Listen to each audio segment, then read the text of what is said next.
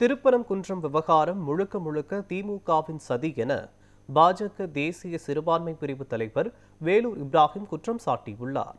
தஞ்சை மாவட்டம் திருப்பனந்தலில் செய்தியாளர்களை சந்தித்த அவர், திமுகவை எதிர்த்து அரசியல் செய்ய வேண்டும் என்று நினைக்கும் தாவேக, அதிமுக, பாஜக கூட்டணியில் இணைந்தால் சிறப்பாக இருக்கும் என்று தெரிவித்தார்.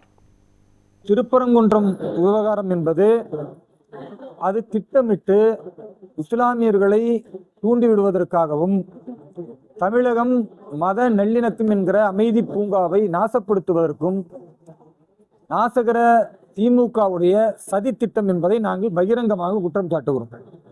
எல்லாருக்கும் தெரியும், திருப்பரங்குன்றம் மலை என்பது ஸ்ரீ கந்தர் மலை என்று 2000 ஆண்டுகளாக அங்கு வழிபாடு நடந்து கொண்டிருக்கும் பொழுது திடீரென்று அதை சிக்கந்தர் மலை என்று முஸ்லீம் லீக்கினுடைய பாராளுமன்ற உறுப்பினர் நவாஸ்கனி பேசுவதும், அதே போன்று மனிதநேய மக்கள் கட்சியினுடைய சட்டமன்ற உறுப்பினர் அப்துல் சமது வந்து பேசுவதும், அந்த திருப்பரங்குன்றம் புனிதமிக்க மலை என்று எல்லோரும் கிரிவலம் வரக்கூடிய அந்த இடத்தில் உட்கார்ந்து மாட்டுக்கறி பிரியாணியை சாப்பிட்டு அதை நியாயப்படுத்தக்கூடிய அளவிற்கு இந்த முஸ்லீம் லீக் கட்சி நடந்து கொள்வதும், அதை காவல்துறை வேடிக்கை பார்ப்பதும், இதெல்லாம் எப்படி ஒரு பெரும்பான்மை இந்துக்கள் ஏற்றுக்கொள்வார்கள் என்பதை தாண்டி நல்லிணக்கத்தை எதிர்பார்க்கிற இஸ்லாமியர்களும் கிறிஸ்தவர்களும் எப்படி ஏற்றுக்கொள்ள முடியும் என்கிற கேள்வி இருக்கிறது. பட்டியல் சமூகத்தினுடைய வாக்குகளையும் சிறுபான்மை சமூகத்தினுடைய வாக்குகளையும் முழுமையாக பெற வேண்டும் என்பதற்குத்தான் அந்த மக்கள் அச்சுறுத்தி பாரதிய ஜனதா கட்சியை மதவாத கட்சி என்ற ஒரு பொய் பிரச்சாரத்தை மேற்கொள்கிறார்கள்.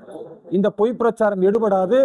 நான் எழுதி வைத்துக் கொண்டு சொல்லுகிறேன், உண்மை தர்மம் நீடிக்குமேயானால் நிச்சயமாக திருப்பரங்குன்றத்தில் மாபெரும் வெற்றியை தேசிய ஜனநாயக கூட்டணி பெறும்.